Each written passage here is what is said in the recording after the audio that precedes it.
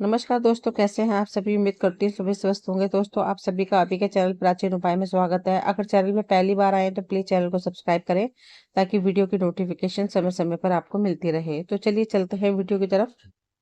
दोस्तों, माता रानी के बहुत ही खास दिन चल रहे हैं। नवरात्रि पर भक्त 9 दिन माँ दुर्गा की आराधना करते हैं और उपवास रखते हैं। नवरात्रि के पहले दिन माता की आराधना के लिए घट स्थापना की जाती है। इसके लिए जल से भरे कलश पर आम के पत्ते और नारियल को स्थापित किया जाता है। कलश को चावल के ऊपर रखा जाता है।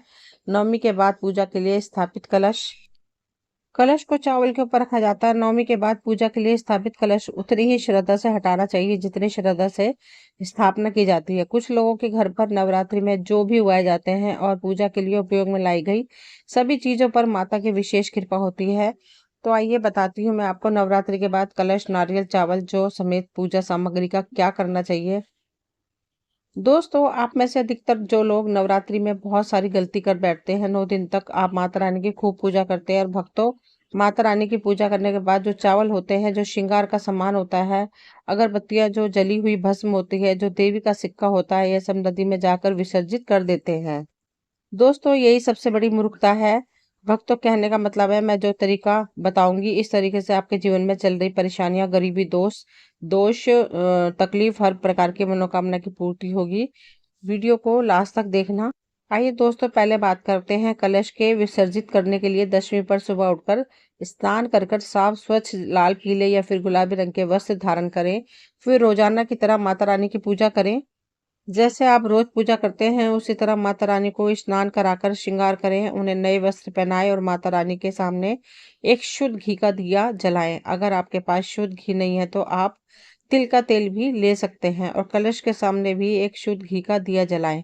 फिर माता रानी को भोग लगाएं। अपने जो भी बनाया है उसका माता रानी को आप भोग लगाएं। और ध्यान रखें कि भोग में प्याज लहसुन नहीं होना चाहिए, क्योंकि भगवान को कभी भी प्याज लहसुन से बने भोग नहीं लगाया जाता है। ऐसा करने से आपको इसका घोर पाप लगता है। कलश पर भी भोग लगाएं। इसके बाद थोड़े से साबुत चावल हाथ में लेकर, थोड़े से पुष्प हाथ में लेकर माता रानी को पुष्प अर्पित करें और फिर इसी तरह कलश पर भी पुष्प अर्पित करें।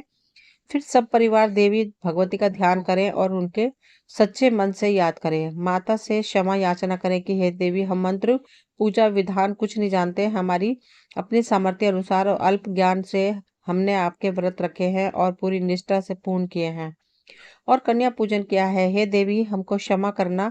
अगर जाने अनजाने में हमसे कोई गलती हो गई है तो हमारे परिवार कुल को अपना आशीर्वाद प्रदान करो। इस घर में सदैव विराजमान रहो। हमारी हर तरह की समस्या को दूर करो। हे देवी, हमको सुख, समृद्धि, विद्या, बुद्धि, विवेक, धन, यश प्रदान करो। फिर देवी सुक्तम का पाठ करें। फिर माता रानी के इस मंत्र का 11 बार जाप करें। मंत्र है, या देवी सर्वभूतेषु शांति रूपेण संस्थिता, नमस्तस्ये नमस्तस्ये नमस्तस्ये नमो नमः। अब भगवान श्री गणेश, नव दुर्गा माँ और समस्त देवी देवताओं भगवान जी के हाथ जोड़कर प्रार्थना करें कि भगवान जी, आज हम इस कलश को विसर्जित कर रहे हैं।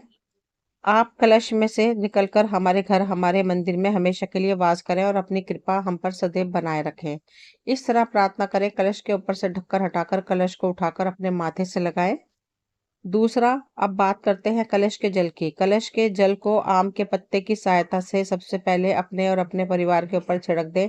इसके बाद आप रसोई घर में कलश के जल को छिड़क दें, क्योंकि रसोई घर में माता लक्ष्मी का वास माना जाता है। रसोई घर में सदैव अन्नपूर्णा माता रहती है। रसोई घर में जल छिड़कने के बाद अब आप कलश के जल को अपने पूरे घर में छिड़क दें। कोई भी जगह बिना जल छिड़के न रहने दें। अपने मुख्य दरवाजे पर भी छिड़क दें। ध्यान रखें, कलश के जल को अपने बाथरूम में और कूड़ा रखने के स्थान पर न छिड़के। ऐसा करने से आपको घोर पाप लगेगा। घर के मुख्य द्वार पर भी कलश के जल को जरूर छिड़के। पूरे घर में जल छिड़कने के बाद अब आप कलश में से थोड़ा थोड़ा जल अपने और अपने परिवार सहित प्रसाद के रूप में ग्रहण करें। थोड़ा थोड़ा जल सभी प्रकार के सभी घर के सदस्य पिए। इसके बाद बचे हुए कलश के जल को आप तुलसी जी के जड़ में या फिर साफ जगह पर लगे हुए किसी भी पौधे की जड़ में चढ़ा दें। ध्यान रहे, कलश के जल को भूलकर भी किसी नाली में न डालें, वरना 9 दिन का पूजा पाठ सब बर्बाद हो जाएगा।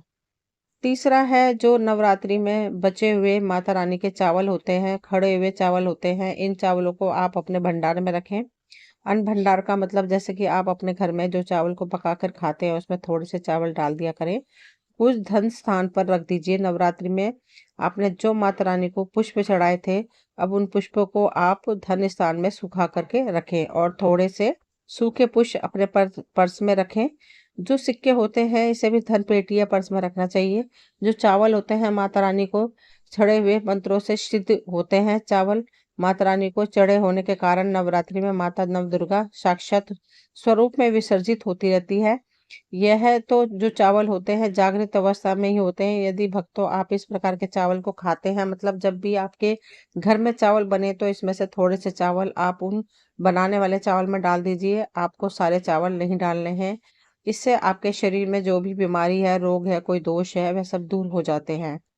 किसी भी प्रकार की जो आपके शरीर में कष्ट है, शारीरिक पीड़ा है, मानसिक पीड़ा है, वह दूर हो जाती है और भक्तों माता रानी की आपको कृपा प्राप्त होती है। माता रानी कृपा से शरीर में एक ऐसी ऊर्जा उत्पन्न होती है जो सदैव आपको शांति प्रदान करती रहेगी।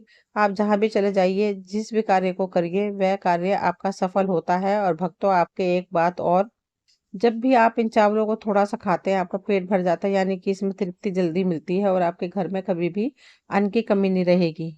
चौथा है, आप में से अधिकतर जो भक्त हैं, माता रानी को श्रृंगार का सामान ज़रूर चढ़ाते हैं। अगर कुछ नहीं है, तो कम से कम एक चीज़ तो ज़रूर चढ़ाते होंगे, श्रृंगार का सामान। चढ़ाने के बाद इसे आप लोग नदी में बहा देते हैं या फिर अन्य को दे देते होंगे। तो ऐसा आपको नहीं करना है। जो श्रृंगार का सामान आप चढ़ाते हैं, ये बहुत ही पवित्र होता है माता रानी के लिए। 9 दिन के बाद इस श्रृंगार के सामान को आपके घर की जो शादीशुदा महिलाएं हैं उन्होंने दे देना चाहिए, क्योंकि माता रानी के इस श्रृंगार में अखंड सौभाग्य छुपा होता है। इस वजह से जो भी महिला इस श्रृंगार को यूज करती हैं, इससे उसको अखंड सौभाग्य की प्राप्ति होती है। 5वां है, अब कलश में डले हुए सिक्के का क्या करें, ये जानते हैं। कलश में से सिक्के निकालकर आप अपने धन रखने के स्थान पर इस सिक्के को रख देते हैं। आप चाहें तो सदैव अपने पर्स में भी इस सिक्के को रख सकते हैं, लेकिन याद रहे कभी भी आपको उस सिक्के को खर्च नहीं करना है। इसको तिजोरी में रखने से माता रानी आपके घर में धन धान्य की बढ़ोतरी करती है। इससे तिजोरी में रखने से धन में बरकत होती है और कभी भी आपके घर में धन की कमी नहीं होती है। छठा है दोस्तों, अधिकतर भक्त जो होते हैं वो अखंड ज्योत का बचा हुआ तेल नदी में विसर्जित कर देते हैं। सबसे बड़ी यही गलती है। जब आप नवरात्रि में जो ज्योत जलाते हैं तो क्या होता है, 9 दिन तक ज्योत जलाने के कारण ज्योत में जो तेल बचा हुआ होता है जागृत अवस्था में होता है।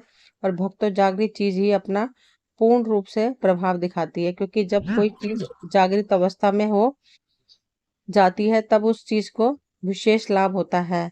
आपने देखा होगा कि सभी मूर्तियों की पूजा नहीं होती है।